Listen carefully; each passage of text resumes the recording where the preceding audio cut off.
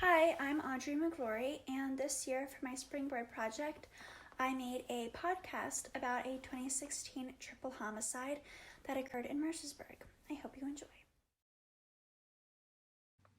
A high of 82 and sunny, June 25th, 2016, was nearly a perfect summer day in the small south-central Pennsylvania town of Mercersburg. What began as a beautiful day would soon turn ugly, as a triple homicide would rock the community and make national headlines. On today's episode of the podcast, we are going to uncover what really happened that day and what followed.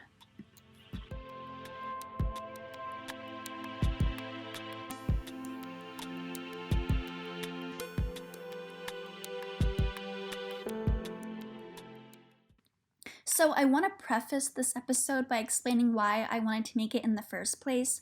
So last summer, my mom and I went on a road trip through New England, and just as a way to pass the time, we began listening to a crime podcast. It's called Crime Junkie.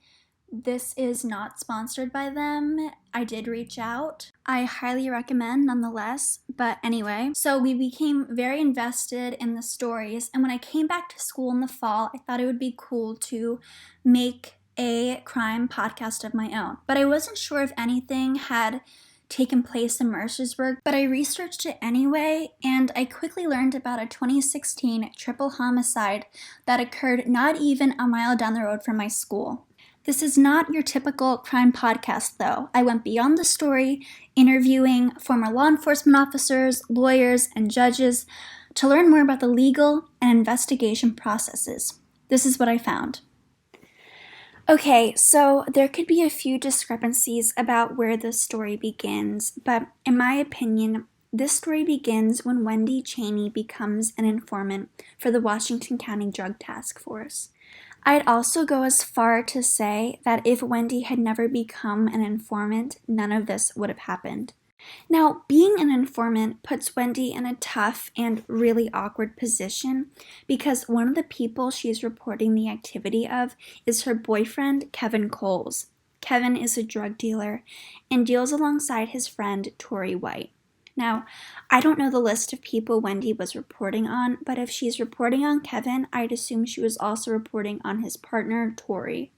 So things start to go bad for Wendy when Kevin and Tori begin to suspect that she's an informant.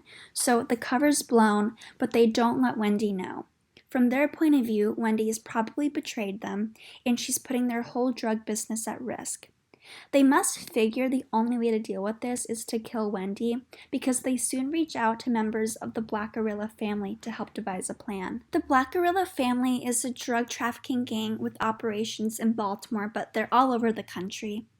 And the first members Kevin and Tori reach out to are Kenyatta Corbett and Gerald Adgebezin. Kenyatta and Gerald are the connections that Kevin and Tori need to access more members of the gang.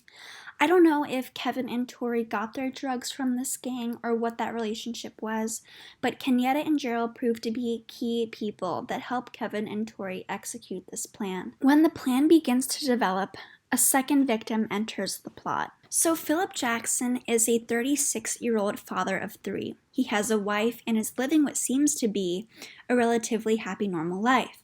But this isn't the case. Philip is a frequent customer of Kevin and Tori, and he also sells drugs himself. Philip enters this plot because the gang members must assume that being a drug dealer, Philip has lots of cash on him. So if they can get Wendy and Philip at the same place at the same time, they can kill Wendy and then rob Philip for his cash, which would serve as the payment for the murder. At the time, Philip had just purchased a farm off of a Welsh Run road, and this seemed like the perfect location for this plan to take place. So on the day of the murder, Kevin manages to get his girlfriend Wendy to this farm, and when Kevin and Wendy arrive, Philip is inside. So far the plan is going off without a hitch. One thing though is that inside the house there's a third person, Brandon Cole. Now, from what I can tell, Brandon being at this farm is just the worst case of being at the wrong place at the wrong time. It seems Brandon had no involvement in drug activity and was just friends with Philip. His wife told reporters after the murders that Philip had invited him over to his property to shoot pool and drink beer.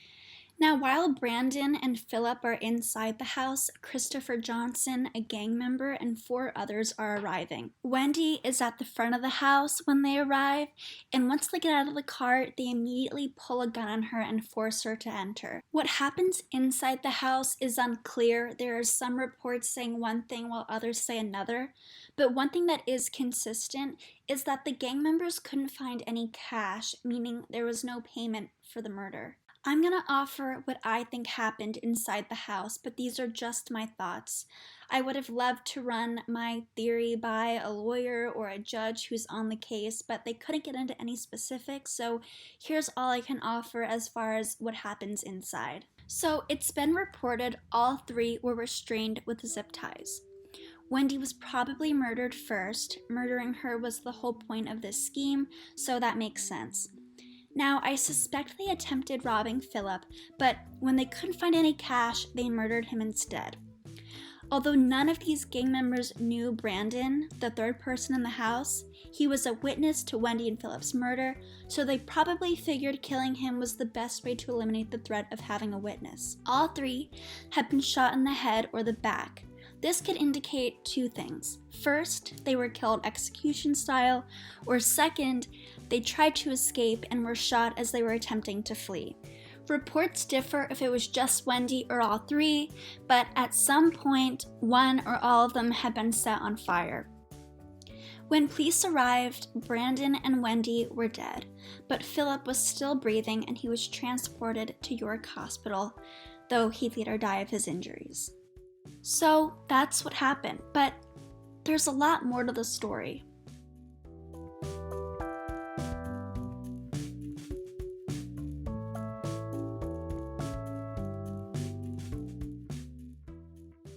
After lunch one day, I sat down to talk with Skip Sidner, head of security at Mercersburg Academy and a former homicide detective, to learn more about the investigation process. Mr. Sidner is very busy running the security team at Mercersburg, so when we sat down, I began asking questions right away. He paints a very clear picture of an investigation, from the first one to arrive on the scene to finding the perpetrators. So who is the first to arrive? Usually it's a patrol trooper that's first. So his job is to obviously contact other people, but kind of rope off the area or keep people from human traffic around the area of the crime scene. I've watched enough shows on Netflix and listened to enough crime podcasts to know just how important the investigation process is. I admit, my knowledge regarding the process is pretty limited and is mostly comprised of stereotypes like yellow caution tape and detectives wearing trench coats holding magnifying glasses. There's obviously a lot more to the process than this. Mr. Sidner explains the investigation begins As soon as the police arrive, obviously you have, again, a patrol trooper that's first on the scene, and because the detectives were usually back in the office or doing something else. But once the detectives in the state police, we always sign 2 people.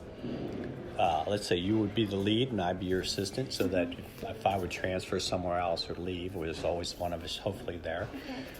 But it starts right away. The investigation all pretty much leads up to finding the perpetrators, and I wanted to know how that process worked. Well, you do. Let's say you may have a weapon, but most likely not. But let's say they were shot. So you have what's called an autopsy. So most of the time people were transported up to Allentown, Pennsylvania, and that's where they had their autopsies. And in an autopsy, you'll have one of the lead investigators, and the coroner there, and they'll take out the bullet. And then one of our ID or CSI troopers, and then we collect the evidence and put it in evidence, and then we have send it to our ballistic labs to see about the bullet, what caliber it is, see if you can identify what gun it came from. So all that's one separate part of it. The other part, obviously, you have the troopers on foot, the detectives on foot, who are finding out who they are. I had a homicide in York where the people had come from Baltimore, so I had to drive from York to York, PA, to Baltimore, and talk to the family and people that knew what was going on every day, and then come back and type reports. And obviously you put all those reports together and start trying to condense who could be a suspect. And most of the time you know who hated who, but not always. Okay. And then as you're trying to figure out who hated who or who could have done it, who's a person of interest or a suspect, there's two different people. And then you try to find out what you can about that suspect and if they had an alibi. So after investigating this 2016 triple homicide, 22 charges were filed against 11 defendants, and these are relating to drug trafficking, murder, possession of a weapon, and so on. But how are these charges determined, and what's the legal process like?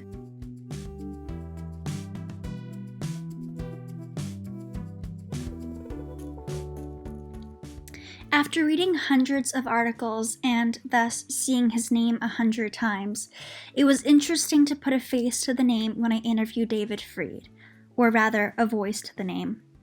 David Freed is the lead prosecutor in this case, as well as the U.S. Attorney for the Middle District of Pennsylvania, the court where this case is being tried. He couldn't answer the specifics, which I completely understood considering this case is still pending, but he was still able to answer a few of my questions.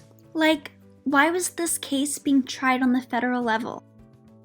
The very serious nature of the case, the fact that there's a strong element of drug dealing, and the interstate nature of the case, the decision was made that the federal court would be the best place to do it. So I mentioned this in the beginning of this episode, but throughout my research, I couldn't help but wonder if Wendy had never become an informant, would she have been in that horrible position she was in? I wanted to ask David Freed if the government assumed any responsibility for the death of an informant. Here's what he had to say. Potentially, someone could, I guess in theory, bring an action based on that. However, I'm not aware of any of those having been done. I feel very lucky I had the chance to speak with Mr. Freed. He's incredibly busy, and I'm sure he has much better things to do than provide a few sound bites for a high schooler's crime podcast. But I wasn't getting the juicy details I'd set out for, so I had to try a different angle. Hello, Audrey. How are you? Hi, I'm well. How are you? I met Judge Jones at an event in New York City. He was incredibly kind and agreed to speak with me. Later that night, I looked him up and felt kind of stupid I hadn't gotten his autograph. As a district judge for the Middle District of Pennsylvania, Judge Jones has made monumental rulings in several historic cases in the state of Pennsylvania, and he's currently presiding over a few cases relating to the 2016 triple homicide. I began our interview by asking the same question I'd asked everyone I'd interviewed at this point. Why was this case being tried at the federal level? At this point, I knew the answer. I'd asked for other people. But Judge Jones's answer revealed something else. A collective movement of district attorneys and prosecutors trying crimes regarding drugs and guns at the federal level, where penalties usually span years, as opposed to the state level where penalties normally span months. This isn't necessarily a bad thing, but it's interesting. In 1980, the average sentence length for drug offenders was 55 months. In 2011, it was 74. Although the Middle District of Pennsylvania should not be considered a reflection of all courts across the nation, it's important to note that between 1980 and 2011, sentences for all other offenders decreased by 3%, while sentences for drug offenders rose. It made me wonder if this trend Judge Jones had noted was exclusive to the Middle District, or if it applied to the entire nation. The statistics seem to suggest the latter. Though the 2016 triple homicide was a brutal crime, and the perpetrators should serve their consequences, Judge Jones's comments made me wonder if aggressive practices by attorneys regarding drug crimes will make some of the defendants' sentences seem extreme, while still, of course, reflecting the very serious nature of the case.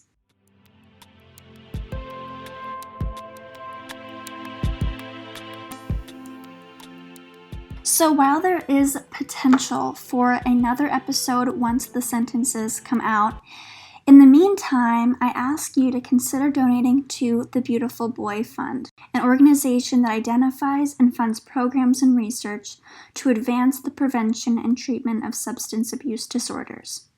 Drugs not only served as a factor in the 2016 triple homicide, but affect roughly 24 million Americans. I hope by donating to organizations like the Beautiful Boy Fund, a case like this one will never happen again. Thank you for listening.